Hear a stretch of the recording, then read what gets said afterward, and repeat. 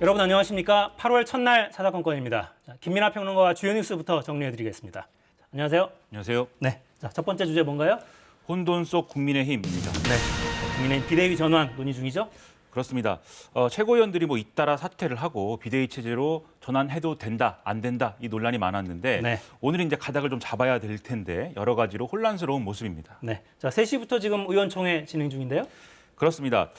이게 이제 애초에 최고위원들이 사퇴를 쭉 하면서 그래서 권성동 이제 원내대표도 이 당대표 직무대행을 나는 하지 않겠다 이렇게 얘기한 그런 상황이었는데 이 최고위로 전환하는 거에 대한 의견 수렴이 오늘 쭉 진행이 됐습니다. 그래서 선수별 모임을 쭉 이어갔는데 권성동 원내대표는 이 선수별 모임에서도 대체적으로 비대위 전환이 불가피하다라고 하는 얘기가 많이 나왔다라고 얘기를 했고 아마 의총에 이러한 사항을 보고를 했을 겁니다. 그래서 의총에서는 지금 이 비대위로 전환해야 되는 그러한 비상 상황임이 맞다라는 게 합의가 돼서 이제 비대위 전환은 이제 가시화된 그런 상황인데요. 그런데 여전히 이제 지금 이제 사퇴를 거부를 하면서 비대위 전환은 맞지 않다라고 주장하는 최고위원들은 남아 있긴 합니다. 그래서 정미경 최고위원이라든가 김명태 최고위원이라든가 이 두 명의 경우에는 지금 이제 비대위로 전환하는 거에 있어서 당원 당규상의 여러 가지 근거나 이런 것들이 지금 부족하다라고 주장을 하고 있는 그런 상황이고요.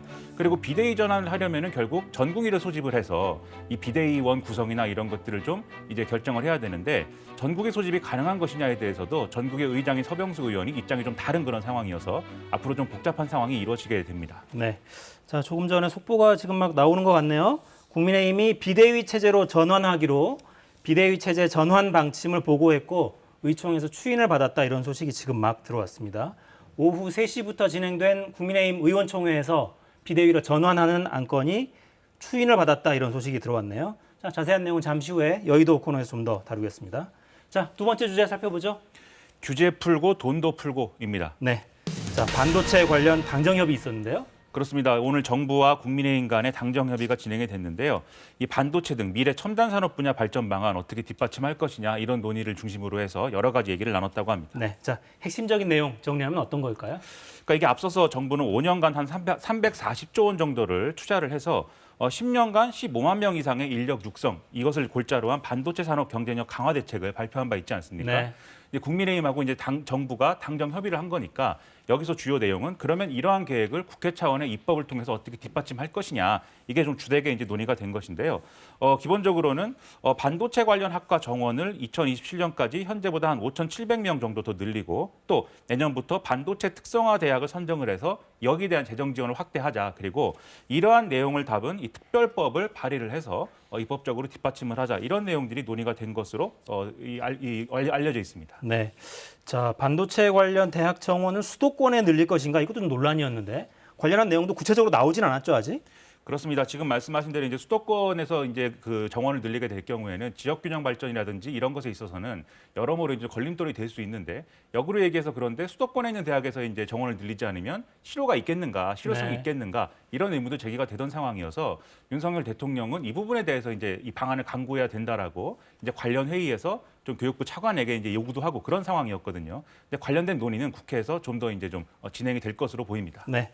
오늘 당정협의 자리에 교육부 장관도 참석을 했어요. 구체적으로 어떤 내용이 나오는지 좀 살펴보겠습니다. 자, 미국의 반도체 공급망 협의체, 칩4라고 하죠. 여기에 참여할지 말지도 정리를 좀 해야 되는 시점이 다가오잖아요, 이제.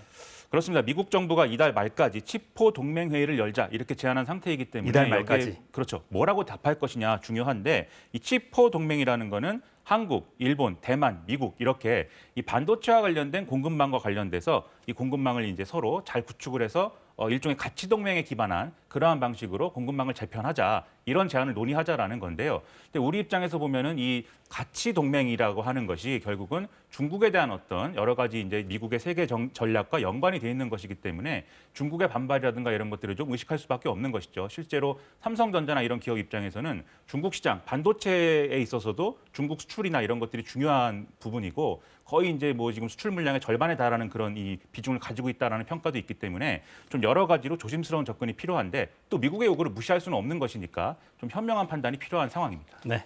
자, 다음 주제 살펴보죠. 75일 만에 최다입니다. 네. 또 코로나 소식 또 전해드려요. 그렇습니다. 코로나19 위중증 환자가 75일 만에 최다를 이제 기록했다라는 건데요. 여기에 더불어서 오늘부터 고위험군 재택 치료의 모니터링이 또 중단이 되는 상황이고 해서 전반적으로 좀 짚어보겠습니다. 그러니까 신규 확진자가 아니라 위중증 환자가 더블링이 됐다는 거예요?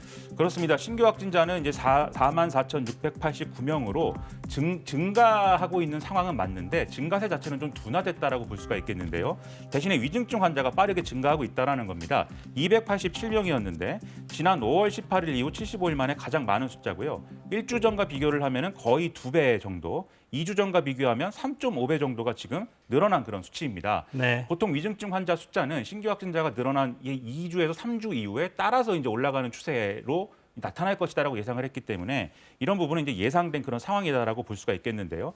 그러면 이 위중증 환자를 관리할 수 있는 병상 확보나 이런 것들은 차질 없이 진행되고 있느냐 이걸 봐야겠는데 일단 병상 가동률은 위중증 환자의 경우에 29.9% 가동률이고 준중증 병상 가동률은 51.8%인 상황입니다. 그러니까 좀 늘어나고 있는 상황인데 아직까지는 여유가 없진 않은 것이죠. 그래서 이런 부분은 앞으로 병상 관리를 해 나가면서 좀 노력을 해야겠는데 9월 말이 되면은 위중증 환자가 거의 이제 1,200명에 달할 수도 있다라는 이런 좀 이 전망도 있거든요. 전문가 내지는 방역 당국이 이제 수리 모델링을 통해서 접근하고 있는 수치는 그런 상황이기 때문에 여러모로 준비가 필요한 상황입니다. 네.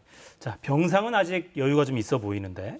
근데 고위험군도 재택 치료할 때 모니터링, 그러니까 보건당국에서 하루 2번 정도 전화해서 상태를 체크해 왔는데 이걸 이제 안 하게 되잖아요, 오늘부터. 그렇습니다. 말씀하신 대로 오늘부터 이제 재택치료 고위험군에 대한 전화 모니터링은 중단이 되는데요.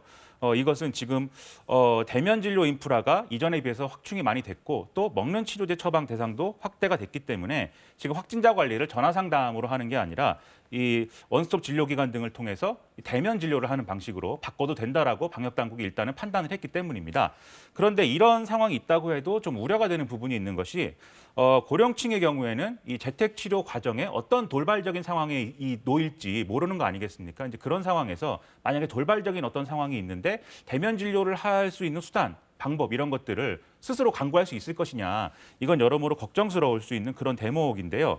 다만 방역 당국은 이 재택 치료자에 대한 24시간 의료 상담 센터는 계속 운영을 할 것이기 때문에 각작스럽게 고위험군 이 재택 치료자가 증상이 나빠지거나 좀 상황이 위급해지면은 이 의료 상담 센터로 연락을 하거나 119를 이용하면 이 대처가 가능하다라고 안내를 하고 있습니다. 네. 자, 재택 치료하시는 분들 많으면 24시간 상담을 한다고 해도 전화 연결이 좀 어려울 수는 있습니다. 위급한 상황에는 119로 전화하시는 게 나을 것으로 보이네요. 자, 4차 접종 권고는 지금 계속해서 하고 있어요? 그렇습니다. 오늘부터는 이제 예약을 해서 접종을 받을 수 있는 그런 이제 날짜가 이제 왔는데요. 이 4차 접종 대상은 50대 이상 그리고 18세 이상 기저질환자, 면역 저하자 등이 이제 포함이 되고요. 방법은 익히 아시다시피 사전 예약 이 누리집이 있습니다. 또는 전화 1339를 통해서 사전 예약을 할 수가 있고 당일 접종도 여전히 가능합니다. 이건 자녀 백신을 예약하는 방식으로 포털 사이트 검색을 하시면 되시고 또 의료기관에 직접 전화를 해서 예비 명단에 등록을 하면은 당일 접종도 가능하니까 여기에 대해서 좀 최대한 좀 4차 접종 대상자들은 좀 접종을 해달라라는 게 방역 당국의 설명이고요. 네. 그리고 이제 검사 관련돼서도 좀 바뀌는 부분이 있습니다.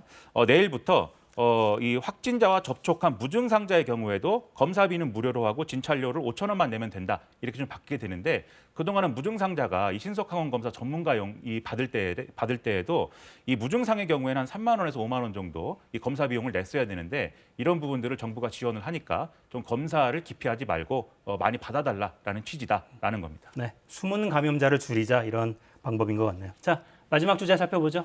넉 달 연속 적자입니다. 네. 자, 무역수지 적자 계속 이어지고 있다는 거죠? 이 7월 무역 수지가 적자를 기록한 것인데 4개월 연속 적자가 된 거는 2008년 글로벌 금융위기 이후에 14년 만에 처음이다라는 얘기입니다. 네. 규모도 굉장히 커지네요. 그렇습니다. 이게 실제로 수출과 수입을 구체적으로 짚어보면 같이 늘어났거든요. 수출은 이 같은 달 대비 9.4%가 증가했는데 수입은 21.8%가 늘어나서 수출이 늘어난 것보다 수입이 훨씬 많이 늘어나서 이 지금 적자 규모가 확대가 됐다. 이렇게 보시면 되겠습니다. 네. 자, 무역 수지마저 좋지가 않습니다. 자, 마무리하죠. 김민하 평론가였습니다. 고맙습니다. 고맙습니다.